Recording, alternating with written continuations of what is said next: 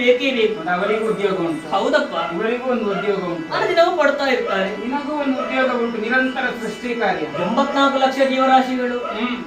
ಅಪ್ಪಯ್ಯ, ಈ ನಿನ್ನ ಮಗಳಂತಹ ಶಾರದೆಗೆ ಯಾಕೆ ಒಂದು ಉದ್ಯೋಗವನ್ನು ಕೊಡಬಾರದು? ಈಗ ಎಲ್ಲರಿಗೂ ಉದ್ಯೋಗ ಇದೆ, ನಿನಗೆ ಉದ್ಯೋಗ ಎಲ್ಲ ಎಂಬ ಹಾಗೆ ಹೇಳ್ತಾ ಇದ್ದೀವಿ. ಉದ್ಯೋಗ ಇಲ್ಲದ್ರೆ ಏನಾಗ್ತದಪ್ಪ? ಶರೀರಕ್ಕೆ ಜಾಡ್ಯತೆ ಎನ್ನುವುದು ಆವರಿಸಿ ಹೋಗ್ತದೆ, ಆಲಸ್ಯವೇ ತುಂಬಿ ಹೋಗ್ತದೆ. ಕುಳಿತಲ್ಲಿಯೇ ಕುಳಿತುಕೊಳ್ಳಬಾರದು.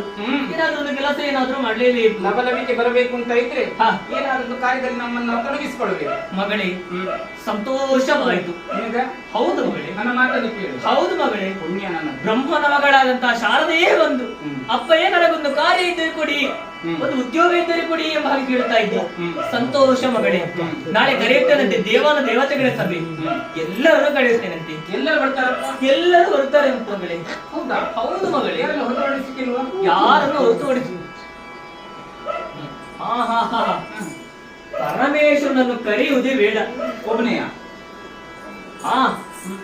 ಮನ್ಮಥನಿದ್ದಾನೆ. ಕಾರಣ ಬೇಕಲ್ಲ, ಏನು ಅಂತ ಬೇಡಿ.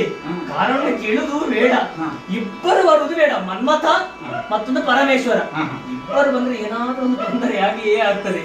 ಹಾಗಾಗಿ ಅವರನ್ನು ಬಿಟ್ಟು ಮತ್ತೆ ಎಲ್ಲರನ್ನು ಕರೆಯುತ್ತೇನಂತೆ. ವಿದ್ಯಾಧೀಶ್ವರ್ಯ ಪಟ್ಟವನ್ನು ನಿನಗೆ ಕಟ್ಟುತ್ತೇನಂತೆ ಮಗಳೇ. ಧನ್ಯವಾದ. ಒಂದಿಪೆ ನಮ್ಮ ಮುದ್ದು